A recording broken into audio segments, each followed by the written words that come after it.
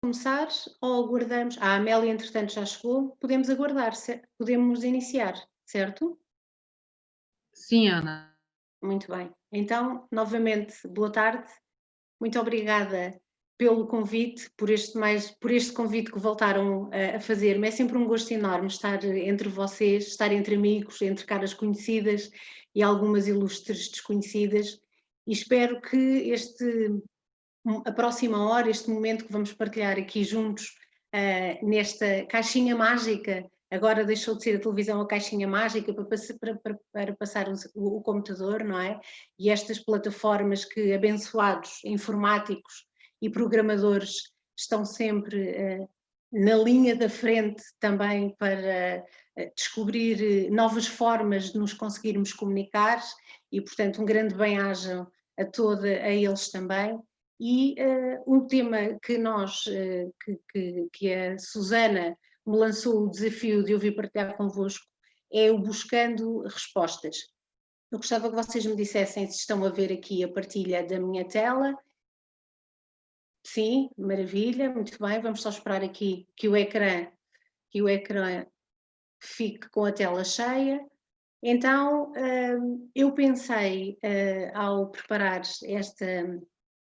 esta palestra, e uma vez que o tema do mês da casa era o tema da partida, eu pensei em trazer-vos algo que nos deixasse um bocadinho a pensar, a refletir acerca da partida e acerca da forma como eu devo procurar respostas para entender esse acontecimento inevitável, esse acontecimento natural, mas esse acontecimento muito doloroso.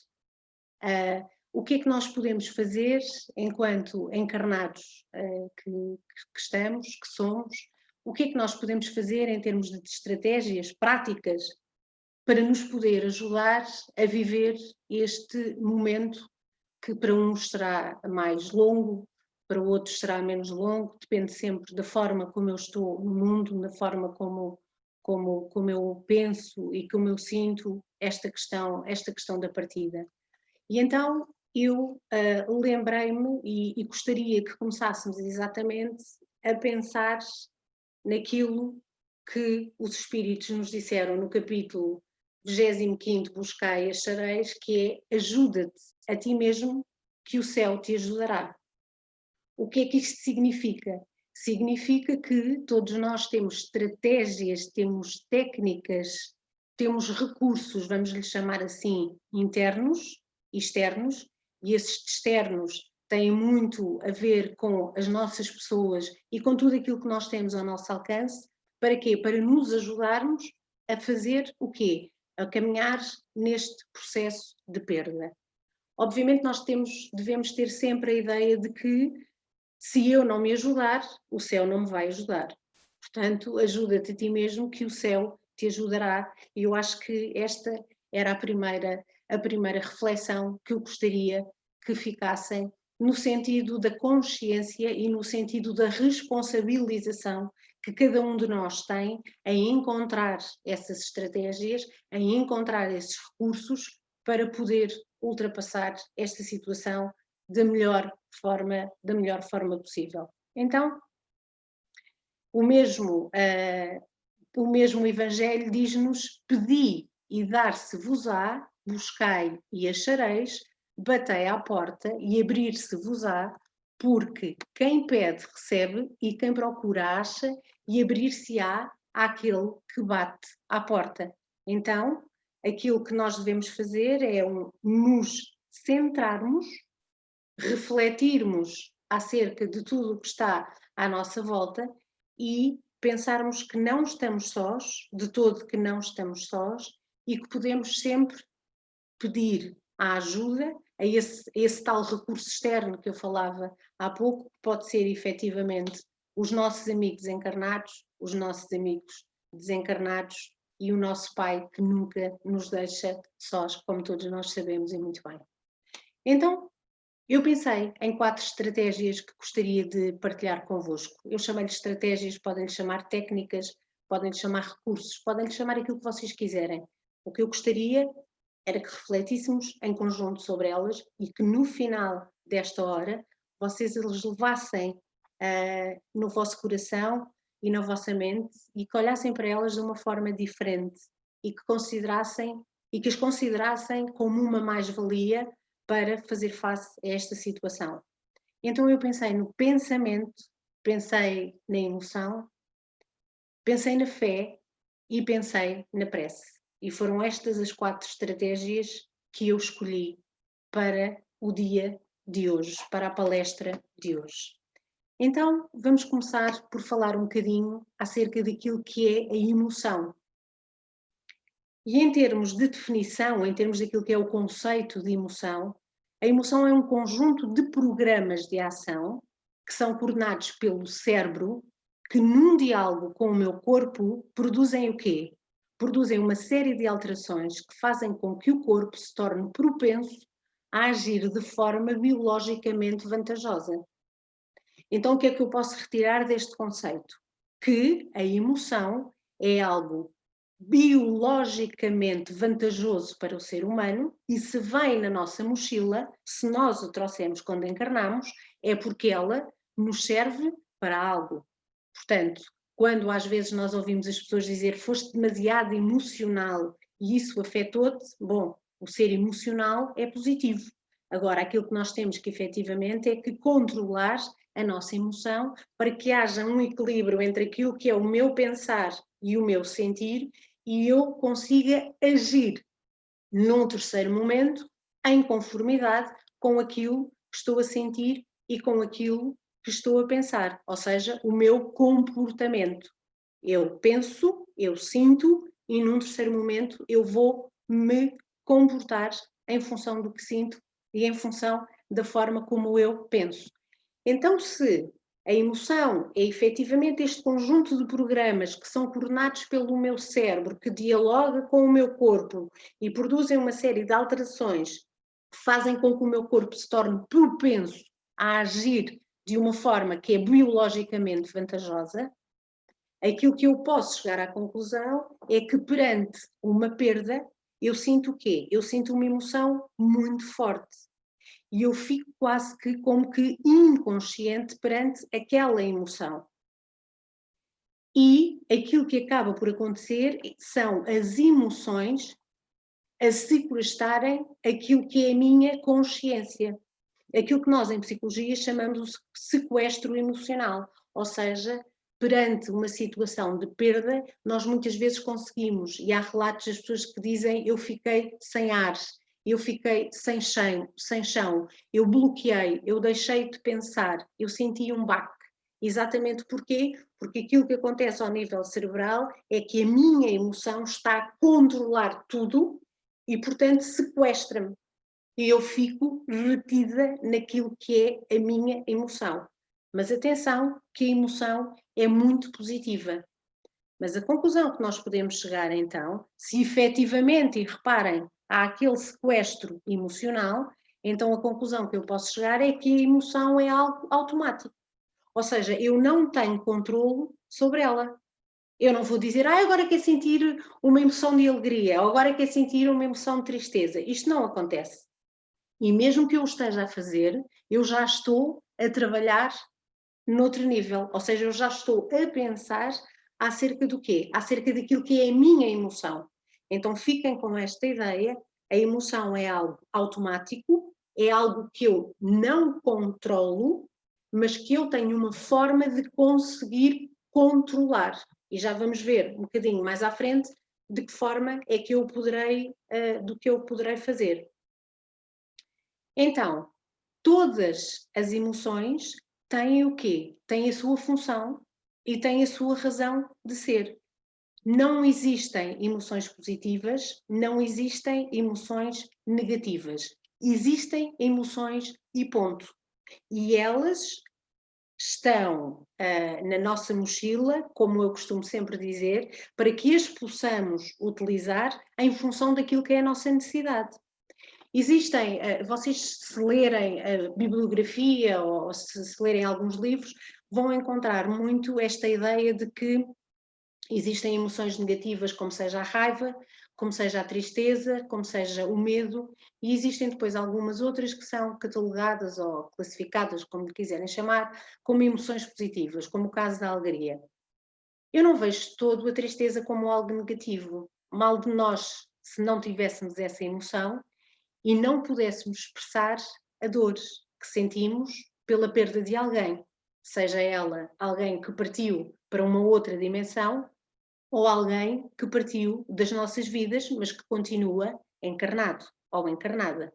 Portanto, a emoção é algo que eu tenho dentro de mim que me ajuda a lidar com a minha vida e, portanto, e com as circunstâncias da minha vida, e é nesse sentido que eu digo que todas as emoções têm a sua função e têm a sua razão de ser.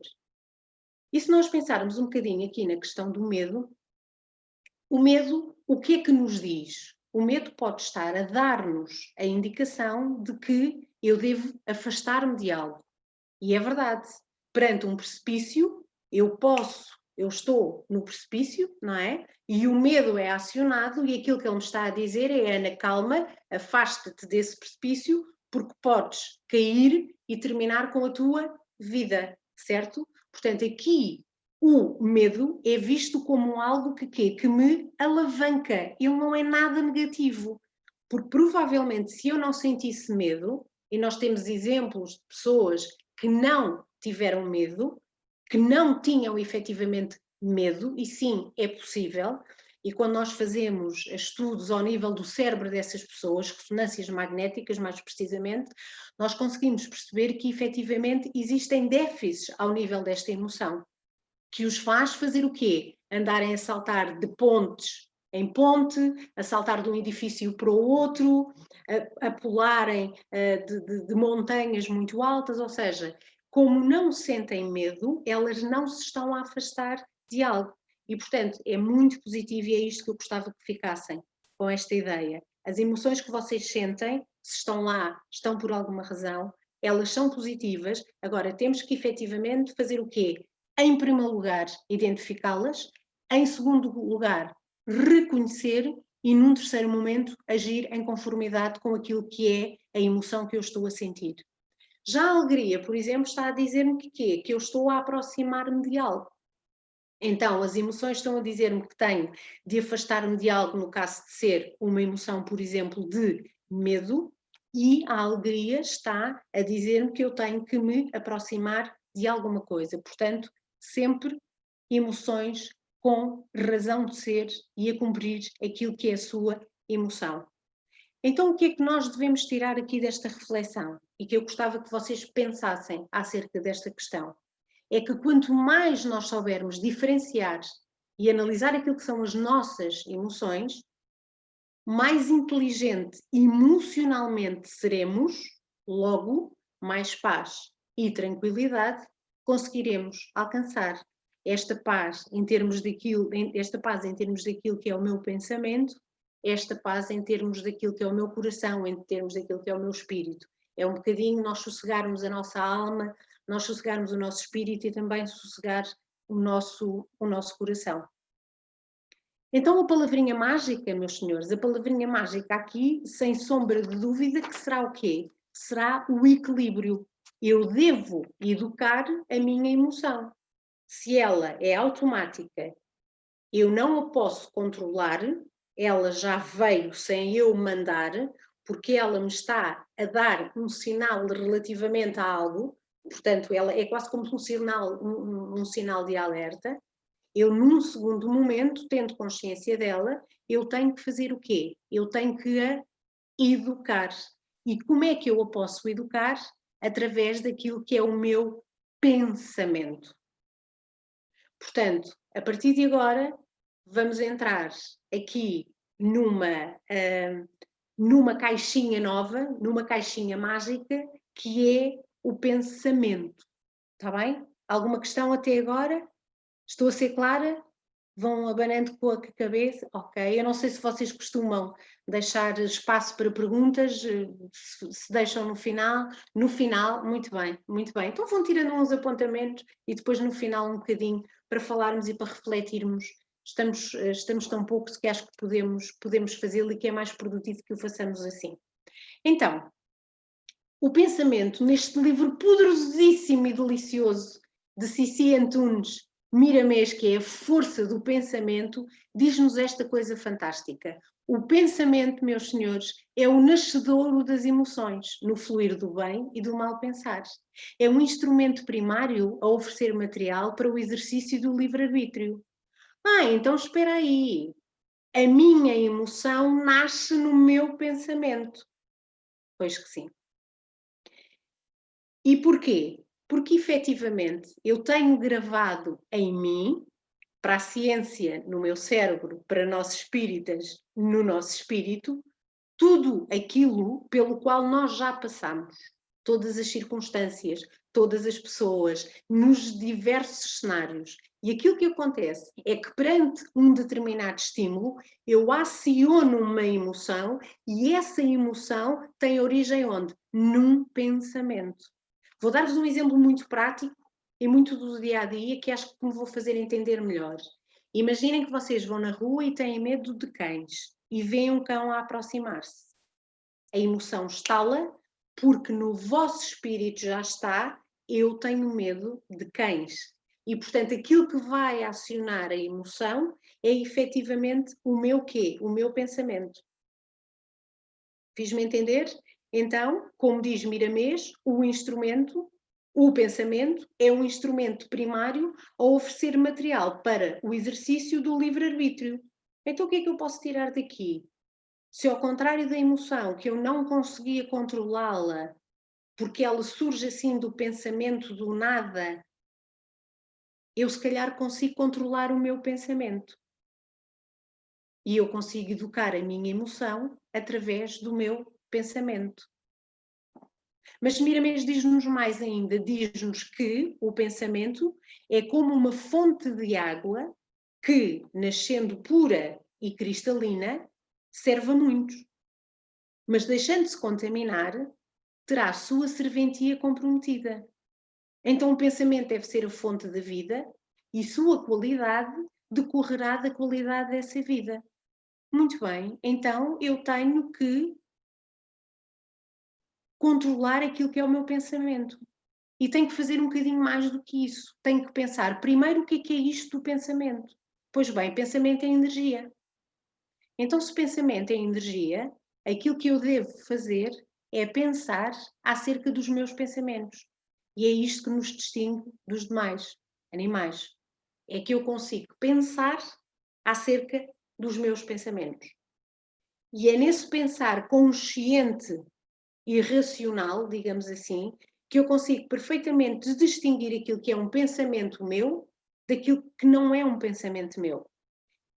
É desta forma que eu consigo discriminar se aquele pensamento é um pensamento de luz, é um pensamento positivo, é um pensamento que me alavanca, ou pelo contrário, é um pensamento negativo que obstaculiza o meu desenvolvimento, que obstaculiza a situação que eu estou a viver e que não traz nada de novo, não traz nada de bom. Então, aquilo que nós temos que fazer a partir de agora é tentarmos nos deslocar, digamos assim, de nós próprios, como se nos afastássemos do computador e pensar e passar a ouvir aquilo que são os nossos pensamentos e pensar acerca deles. E a primeira dica que eu vos deixo é fazer sempre esta triagem. Este pensamento é um pensamento meu? Ana Mel, tu pensarias assim? Pensaria. Então pronto, é um pensamento teu, vamos agir em conformidade com ele. Mas se eu pensar, não, ao fazer a triagem, não, este pensamento não é meu, então se não é meu, ele é um pensamento de luz? Não é meu, nunca tinha pensado desta forma, mas é um pensamento de luz.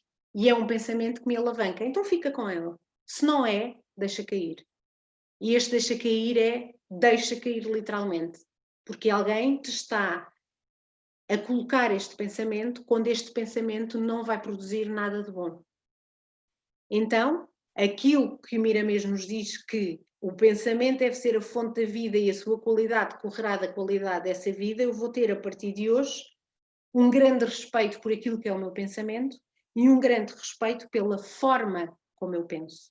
E de facto, meus senhores, eu só consigo alterar aquilo que é o meu comportamento, aquilo que são as minhas atitudes, trabalhando ao nível do pensamento, ressignificando pensamentos, ou seja, substituir pensamentos que não me alavancam por pensamentos de luz e que me tornam amanhã uma melhor versão de mim hoje. Então, vamos lá pensar e ficar com este esquema bem dentro da nossa mente. Primeiro, identificar o pensamento. Num segundo momento, eu vou substituir esse pensamento. E num terceiro momento, eu vou ter o quê? Eu vou ter um pensamento novo. Vamos imaginar o seguinte pensamento. Perante a perda de alguém, eu tenho este pensamento. Ai, o que ele deve ter sofrido por ter morrido queimado. Portanto, eu estou a pensar em alguém, e eu já vos vou dizer quem é esse alguém. Eu penso sobre aquela pessoa que partiu, tenho este pensamento, e olhem o teor ou a qualidade deste pensamento. Consideram que este pensamento é positivo para mim, Ana Mel, que estou a senti-lo? Sim? Não? Só uns sims ou não? Não, diz ali a Susana. Ok. E para quem está a receber o pensamento? Também não. De todo. Então o que é que eu devo fazer? Eu devo substituir este pensamento. Um exemplo de uma substituição de pensamento. Ele partiu, mas eu sei e sinto, eu sei racional e sinto emoção, o tal equilíbrio que eu vos falava há pouco entre pensamento e emoção, que com a par dos benfeitores espirituais terá todo o acompanhamento necessário para se adaptar à nova realidade. Estão a ver a diferença entre um pensamento e outro? Estão a ver a diferença daquilo que o outro sente quando eu penso morreste queimado, que tu deves ter sofrido com isso, ou então pensar, ok, tu partiste, mas efetivamente face a esta nova realidade, com o amparo dos benfeitores espirituais, tu vais ter todo o acompanhamento para conseguires superar a situação que viveste, que foi este tal morrer desta forma. E isto é altamente diferenciador. Altamente diferenciador. Não só para nós, mas também para os outros, neste caso para o outro. E neste livrinho, Vencendo a Morte e a Obsessão, na página 30, no Tragédias, há aqui, eu vou ler-vos, este capítulo é pequenino e é uma delícia, e eu quero mesmo partilhar mesmo convosco. Diz assim: multidões, e deixem-me interromper aqui um bocadinho agora aqui a tela para olhar um bocadinho aqui para as vossas carinhas, e o capítulo diz assim: multidões regressam à espiritualidade diariamente envolvidas em circunstâncias trágicas, incêndios, desmoronamentos, terremotos, afogamentos, acidentes aéreos e automobilísticos. Por quê? Questionam angustiados os familiares. A doutrina espírita demonstra que tais ocorrências estão associadas a experiências evolutivas. Não raro representam o resgate de dívidas kármicas contraídas com o exercício da violência no pretérito. Todos balançamos quando nos vemos às voltas com mortes assim envolvendo nossos afetos. Muitos, desarvorados, mergulham em crises de desespero e revolta, reação compreensível ante um impacto inesperado. Somente o tempo, a fluir incessante no desdobramento dos dias, amenizará suas mágoas, sugerindo um retorno à normalidade. A vida continua. Considere-se, entretanto, que o desencarnado não pode esperar. O personagem central da tragédia situa-se perplexo e confuso. Embora amparado por benfeitores espirituais, enfrenta previsíveis dificuldades de adaptação, sentindo repercutir nele próprio as emoções dos familiares. Se estes cultivam reminiscências infelizes, detendo-se nos dolorosos pormenores do funesto acontecimento, fatalmente levam-no a revivê-lo com perturbadora insistência. Imaginemos alguém vitimado num incêndio a reviver um inferno de chamas sobre indução do pensamento inquieto e atormentado dos que não se conformam. Nas manifestações desses espíritos há uma tónica comum, o apelo para que os familiares retornem à normalidade e retomem suas atividades, desenvolvendo novos interesses, particularmente os relacionados com a prática do bem, bálsamo divino para as dores da separação. No livro Vida no Além, psicografia de Francisco Cândido Xavier, o espírito jovem William José, desencarnado juntamente com outros 58 num acidente com ônibus escolar que se precipitou num rio em São José do Rio Preto, dirige-se à sua mãe confortando-a e, dentre outras considerações, diz, reparem o que é que ele diz: estou presente, rogando à senhora que me ajude com sua paciência. Tenho sofrido mais com as lágrimas da senhora do que mesmo com a libertação do corpo. Isso, mamãe, porque a sua dor me prende à recordação de tudo o que sucedeu. E quando a senhora começa a perguntar como teria sido o desastre, no silêncio do seu desespero, sinto-me de novo na asfixia. Estão a ver aqui aquilo que é o pensamento, aquilo que nós nos fazemos e aquilo que nós lhes fazemos a eles? Evidente que não vamos cultivar, termina este capítulo, evidente, dizem eles, que não vamos cultivar fleumática tranquilidade, considerando natural que alguém muito amado parta tragicamente. Por mais ampla que seja a nossa compreensão, iremos sofrer sempre muito. Talvez não exista angústia maior. Imperioso, contudo, que mantenhamos a serenidade, cultivando confiança em Deus, não só por nós mesmos, mas sobretudo em benefício daquele que partiu. Mais do que nunca, ele precisa da nossa ajuda. Eu julgo, meus senhores, que com esta passagem ficou muito claro, eu pelo menos tentei que assim fosse, que tenha ficado muito claro a importância que é o pensamento, a força que o pensamento tem e da responsabilidade que nós temos em conseguir controlar aquilo que pensamos, não só em benefício próprio, como em benefício de quem já partiu. E o tema do mês é a perda, porque até poderíamos dizer em benefício daqueles que estão connosco em qualquer circunstância da vida. O pensamento que eu emito para ti é um feixe de energia que chegará a ti, não é? Estando também tu encarnado. Então, podemos prosseguir e pensar que pensamento gera emoção. Emoção gera reação e reação constitui uma janela de oportunidade para o autoconhecimento. E foi exatamente neste ponto que eu quis iniciar esta palestra. Ajuda-te e o céu ajudar-te-á. Como? Através do teu autoconhecimento. E estamos todos embrenhados em fazê-lo. E a prova disto é estarmos juntos, hoje, dia 28, às 18h35, nesta reflexão em grupo. Então meditemos acerca desta forma diferente de vermos e, sobretudo, de estarmos na vida. Que tem a ver com o quê? Tem a ver com nós pensarmos acerca dos nossos pensamentos. Então, se calhar esta terá sido a razão porque eu destaquei o pensamento a uma cor diferente daquilo que era a emoção, daquilo que é a prece e daquilo que é a fé, como estratégias para lidar com situações de perda. Porquê?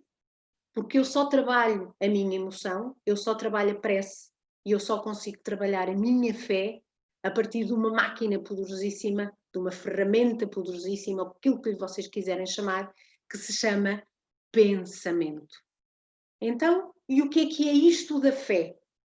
A fé pode ser outra estratégia. A fé é força espiritual, em mim e no Pai, sempre com o nosso irmão Jesus no comando, sempre ali a auxiliar-nos, a enviar-nos pensamentos de luz e a recentrar-nos naquilo que verdadeiramente é o quê? Naquilo que verdadeiramente é importante. Então, no capítulo 19, sim, estou a dizer bem 19, não estou? Sabes, às vezes as letras já nos perdemos um bocadinho na numeração. No item 3 diz-nos: a fé entende-se como a confiança que se tem na realização de uma coisa, a certeza de atingir determinado fim. Ela dá uma espécie de lucidez que permite ver em pensamento a meta que se quer alcançar e os meios de aí chegar, de sorte que aquele que a possui caminha, por assim dizer, com absoluta segurança.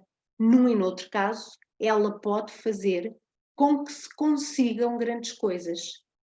Fé é confiança, é o acreditar, é ter a crença. O que é uma crença? Uma crença é o acreditar que algo vai acontecer.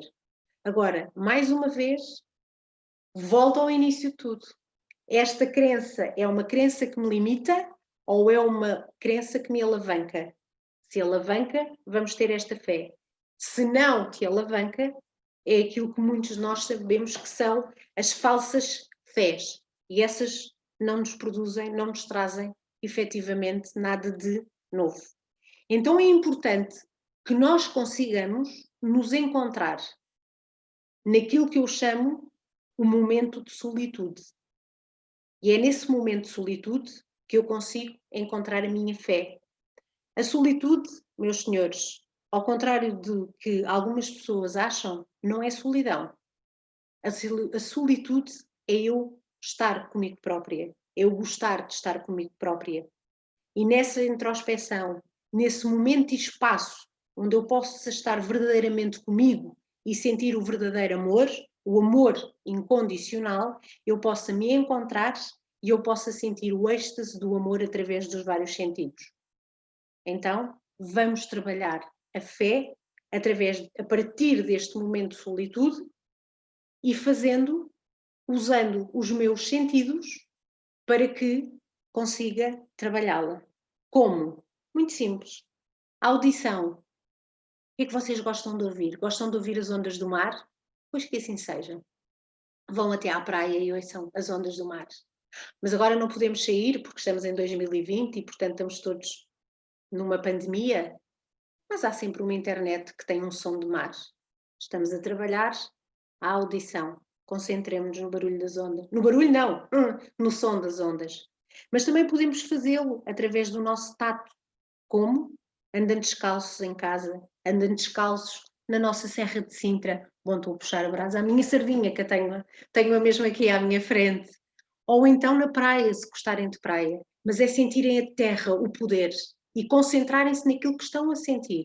Nada mais, tal como fizeram com a audição. A visão, contemplar uma pintura, olhar para o vosso filho ou para o vosso neto que brinca na sala pequenino ou que brinca na sala já grande. Essa contemplação, vocês estão a trabalhar os vossos sentidos e estão a trabalhar a vossa fé. É desta forma prática que nós conseguimos fazê-lo. E conseguem fazê-lo num momento de solitude, em que o objeto pode não estar presente na sala naquele momento, mas vocês conseguem, através de uma visualização, ir ao encontro dessa criança, ir ao encontro desse mar, ir ao encontro dessa serra e trazer para vocês aquilo que de melhor tem e que vos vai ajudar naquilo, vai ajudar-vos naquilo que é o equilíbrio. Trabalhamos a emoção, trabalhamos o pensamento, trabalhamos a fé, vamos trabalhar a prece. E disse-nos São Marcos, no capítulo 11º, versículo 24, seja o que for que peçais na prece, crede que o obtereis e vos será concedido. Olhem a nossa responsabilidade naquilo que é a nossa prece. A nossa responsabilidade quando nós, e a prece para mim, é eu fechar a minha boca e abrir o meu coração. A responsabilidade que nós temos em pedir aquilo que de melhor podemos trazer para nós e que de melhor podemos trazer para o outro. Então, no capítulo 27, no item 4, do Evangelho segundo o Espiritismo, nós encontramos esta frase que nos diz que as qualidades da prece são claramente definidas por Jesus. Quando orardes, diz ele, não vos ponhais em evidência, mas orai em secreto. Não cuideis de orar muito, pois não é pela multiplicidade das palavras que sereis escutados, mas pela sua sinceridade. Mais uma vez, pela qualidade do meu pensamento. A prece é uma invocação. Por ela, pomos-nos em sintonia de pensamento com o ser a quem nos dirigimos. Então eu tenho muita responsabilidade quando eu penso algo sobre alguma pessoa, esteja ela encarnada ou desencarnada. Eu estou a invocar, eu estou a enviar-lhe essa energia e ela está a recebê-la. Já vos aconteceu, com toda a certeza, pensar em alguém e essa pessoa ligar-vos. Estava mesmo a pensar em ti, como é que é possível? Claro que é possível. Chamaste essa pessoa. Aqui tem a certeza de que o pensamento existe, embora nós não consigamos ver. O Espiritismo torna então compreensível a ação da prece, explicando o modo de transmissão do pensamento, quer no caso em que o ser a quem oramos vem ao nosso apelo, quer quando o nosso pensamento chega até ele. E para nos darmos conta do que se passa nesta circunstância, precisamos conceber todos os seres encarnados e desencarnados mergulhados no quê? Num fluido universal que ocupa o espaço, como aqui estamos envolvidos pela nossa atmosfera. E esse fluido, meus senhores, recebe uma impulsão da vontade. É o veículo do pensamento, como o ar é o veículo do som. Com a diferença de que as vibrações do ar são circunscritas, ao passo que as do fluido universal se estendem ao infinito. Logo, quando o pensamento é dirigido a um ser qualquer, na Terra ou no espaço, de encarnado para desencarnado, ou de desencarnado para encarnado, uma corrente fluídica estabelece de um para o outro, transmitindo o pensamento como o ar transmite o quê? Como o ar transmite o som. Então, eu gostaria de relembrar-vos que a energia da corrente é proporcional à energia do pensamento e da vontade. E é desta forma que a prece chega aos espíritos em qualquer lugar onde se encontrem. E é assim que os espíritos se comunicam entre si, que nos transmitem as suas inspirações e que as relações se estabelecem à distância entre os encarnados. Então, eu gostaria muito de terminar a nossa palestra em termos da minha exposição e antes de abrirmos um bocadinho a reflexão aqui em grupo, fazendo esta prece que o Pai nos ensinou, que é o nosso Pai Nosso. Eu não vos vou pedir para ligar o som, porque fica muito distorcido se todos a fizéssemos, mas eu vou fazê-la e vocês façam também em alto, que ninguém se ouve, ou então mesmo para dentro, e que é tão bonita e que diz assim: Pai nosso que estás nos céus, santificado seja o vosso nome, venha a nós o vosso reino. Seja feita a vossa vontade, assim na terra como no céu. O pão nosso de cada dia nos dai hoje. Perdoai-nos as nossas ofensas, assim como nós perdoamos a quem nos tem ofendido. E não nos deixeis cair em tentação, mas livrai-nos do mal. Meus senhores, muito obrigada por me terem ouvido. E eu agora, Nívia, perguntava-te se é possível ligarmos o som e falarmos